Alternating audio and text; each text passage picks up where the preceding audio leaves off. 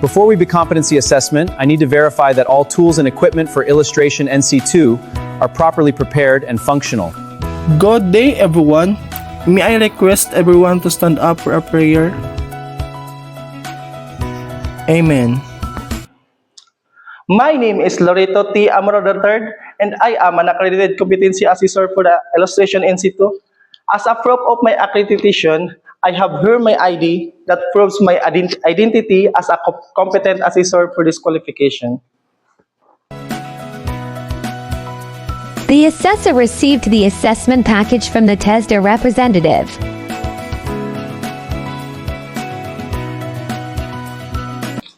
I have received the assessment package that consists of assessor's guide, competency assessor script, candidate's guide, and rating sheets. I would like to acknowledge the presence of Mr. Estefany Butal, the TESDA representative, Mr. Joshua Bitarmos, our AC manager, and Mr. Kane Thailand, our processing officer. You don't have to worry about their presence. They are only here to oversee and check if the conduct of competency assessment is accordance with the prescribed competency assessment methodology and procedures. I am the only one to grade your assessment. They will not assess you, so don't be afraid. So before we start, kindly submit your admission slip and ID and sign the attendance sheets once I call your name. Miss Assess,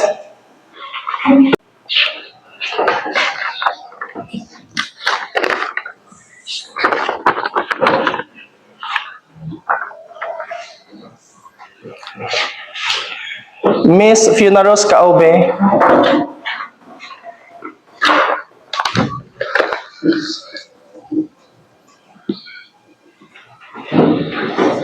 and Mrs. Jimay Suarez.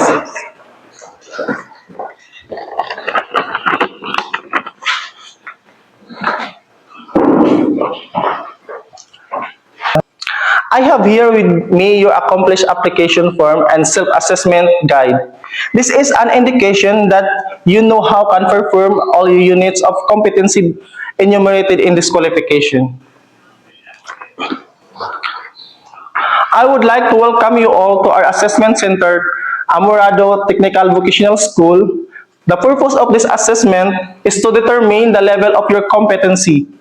Maybe you are capable of performing the specific task, but only the basics. I cannot count you as competent if you cannot do the specific task and prescribed level. Today, I am going to administer competency assessment for illustration NC2. It is the qualification level with basic, common, and core competency. And for the core competencies first, apply techniques to produce drawings. Second, source concept for own work. And third, development and articulate concept for own work. Fourth, use drawing techniques to represent the object of idea. And the last one is prepare, store, and maintain finished work. For the illustration NC2, you are expected to perform the task. First, apply techniques to produce drawing. Second, source concept for own work. Third, develop articulate concept for own work. Fourth, use drawing techniques to represent the object of idea. And fifth, prepare, store, and maintain finished work. The evidences will be collected using demonstration, observation with oral questionings, and written tests.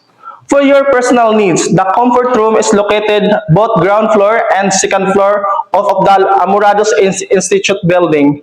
And if you want to eat your lunch, the canteen is located at the ground floor of the Amorado Institute building.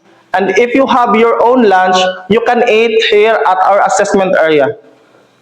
If you have difficulty reading and understanding the instructions, don't be afraid to ask me for help so that I can explain that to you. Or if you are having a hard time reading in English, I could translate that in your local dialect. Do and don'ts for assessment. Once the assessment has started, you cannot go out unless you have a valid reason and approval for me. As I am the assessor, the assessment has already started. You are not allowed to ask questions since I have given you enough time for that already. Rights and appeal system. If you have complaints regarding to the outcomes of the assessment, you have right to appeal. Your appeal should be in a written form and must submitted to TESDA provincial office by which assessor and assessment center are accredited. Assurance of national certificate. For the assurance of national certificate, our certificate of competency, you will be notified in your active Gmail account once the certificate is revived. But you will be only notified at your Gmail account if the assessment found you as competent for the qualification that you assessed. Bring it to the TISDA provincial office for sealing and authentication purpose. Bring with you a copy of certificate and a competency assessment results summary. For the assessment procedure, if you are found to be not yet competent, you do not worry, you can be assessed anytime for your convenience. In case the assessment is full qualification, you will undergo the whole assessment process. However, if you are found competent in some unit of competency, you will only undergo. If you fail to consecutive assessment, you will be taking refresher courses. Occupational health and safety requirements. Please observe proper handling of tools, identify hazard and rest, evaluate hazard and rest, control hazard and rest, and maintain OHS awareness. Confidentiality of assessment outcome. We observe strict confidentiality on the report and results of the assessment. The result will only be handed to the concerned personnel and to the institution where you can conduct your assessment. The assessment package will be placed in sealed and secure area. Do not share any clue or information regarding assessment to everyone. If you have no questions, I will now introduce the specific instructions for the candidates. Miss Assis, you are candidate number 1. Miss Fiona Rosta-Obe, you are candidate number 2. And Mrs. Jimaila Suarez, you are candidate number 3. Truck candidate number 1 to proceed to the assessment area. Now I have here the instructions that you need to follow in doing this assessment. Please read this so that you can use this as a guide while doing the assessment process. First, using the materials, tools, and equipment, you are required to perform all the tasks in this qualification within 9 hours. I will be observing you while you are performing the task. After your demonstration, I will ask you some questions related to your assessment. After the oral questioning, I will give you feedback about your performance. And always observe safety precautions all the time. Any questions or clarifications? If there's no more questions, you may now start. Conduct assessment in accordance with the methodologies specified in the evidence plan and the specific instructions for the competency assessor. Implement the evidence gathering process and ensure its validity, reliability, fairness, and flexibility. Observe the candidate and keep notes of the candidate's performance during the entire conduct of assessment.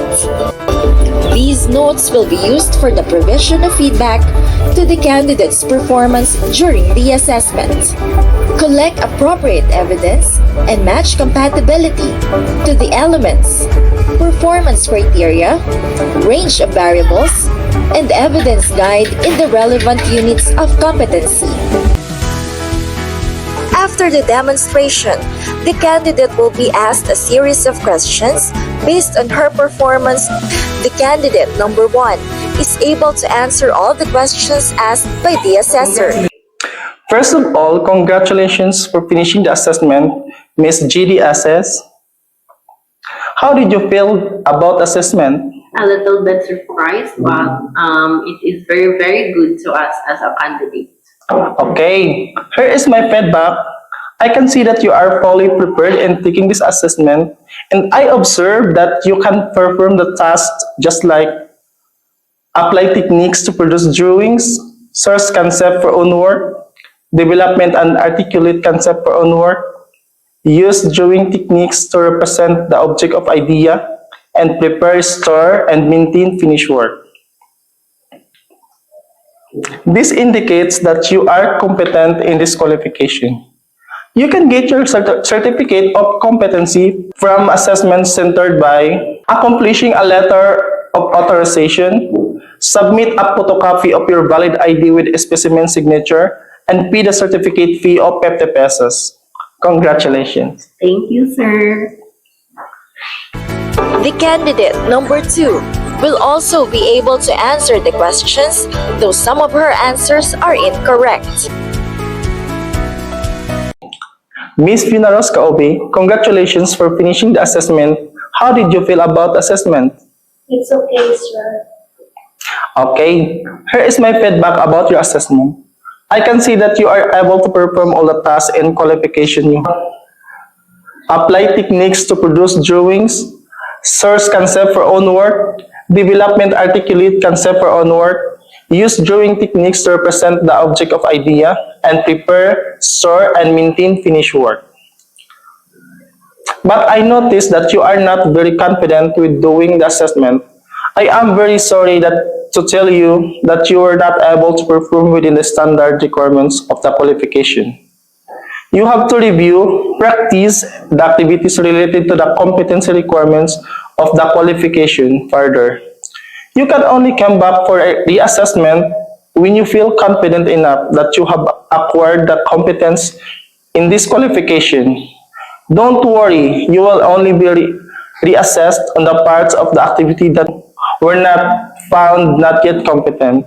You can get your certificate of competency from the assessment centered by accomplishing a letter of authorization, submit a photocopy of your valid ID with a specimen signature, and pay the certificate of 50 pesos. Congratulations. Thank you, sir. Record and report the result. The assessor shall record the assessment outcome. Submit to the Assessment Center Manager assessment reports. The Assessment Center Manager will give the documents to the Processing Officer to accomplish the Registry of Workers assessed and certified. After accomplishing the Registry of Workers assessed and certified, the Processing Officer will ask the Assessor and Assessment Center Manager to sign before passing it on together with the other documents to the tester representative.